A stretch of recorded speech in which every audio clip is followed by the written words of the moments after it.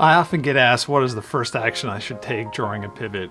The answer may be different for everyone, but what I can tell you are the 5 actions Amanda and I took during the first week of our pivot.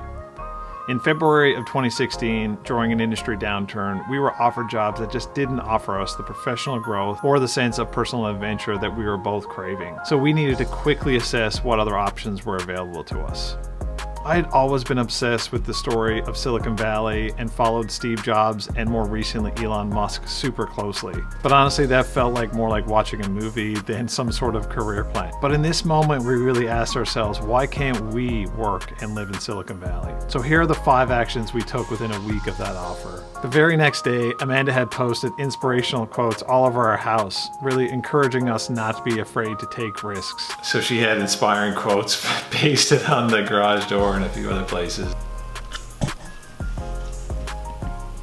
Secondly, we sat down on a park bench in Midtown Houston and defined really what was important to us, and then assessed the option that was presented to us versus moving to Silicon Valley. We didn't have a perfect answer, but we knew it was worth exploring in more detail. The next day, we picked up the phone and called the one friend we had living in Silicon Valley. Hey Jill, it's your friend Greg calling again. We got their perspective on the lifestyle, and based on her optimism and feedback, we booked a trip to San Francisco that very next weekend. Okay, so brief update. It is February 20th. Amanda and I are in San Francisco. During the trip, we visited a few of the tech company offices, and we were lucky enough to go to a party with a small group of Canadian engineers, which really humanized the idea of working in Silicon Valley.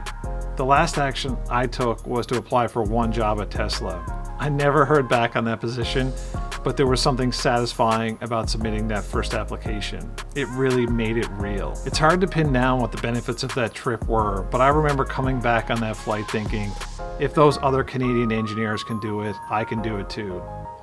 There was still a lot of uncertainty ahead, but that we both knew with enough hard work, we'd likely be able to land jobs with great companies.